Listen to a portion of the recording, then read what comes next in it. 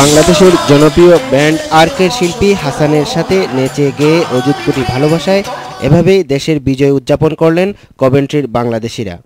মহান বিজয়ের মাস উদযাপন উপলক্ষে কভেন্ট্রি বাংলাদেশি সোসাইটি ব্রিটেনের নামকরা শিল্পীদের নিয়ে আয়োজন করে এক সঙ্গীতানুষ্ঠান।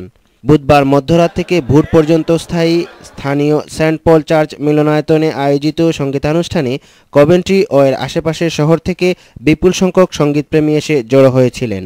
বিশিষ্টজনেরা সহ অনেক মহিলা দর্শকদেরকেও দেখা গেছে শ্রোতাদের সারিতে।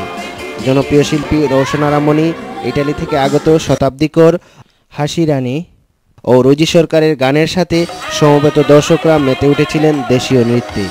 একে একে গান গেয়ে ভোর পর্যন্ত দর্শকদেরকে মাতিয়ে রাখেন শিল্পীরা।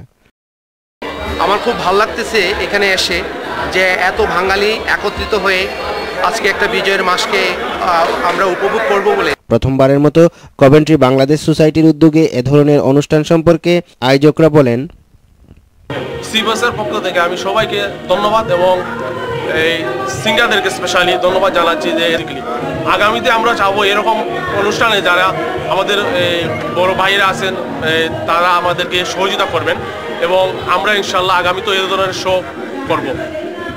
দেশীয় সংস্কৃতির অন্যান্য বিষয়গুলো এভাবে উদযাপিত হলে নতুন প্রজন্ম আমাদের দেশীয় সংস্কৃতির প্রতি আরও বেশি আগ্রহী হয়ে উঠবে, এমনটাই মনে করেন আগতরা।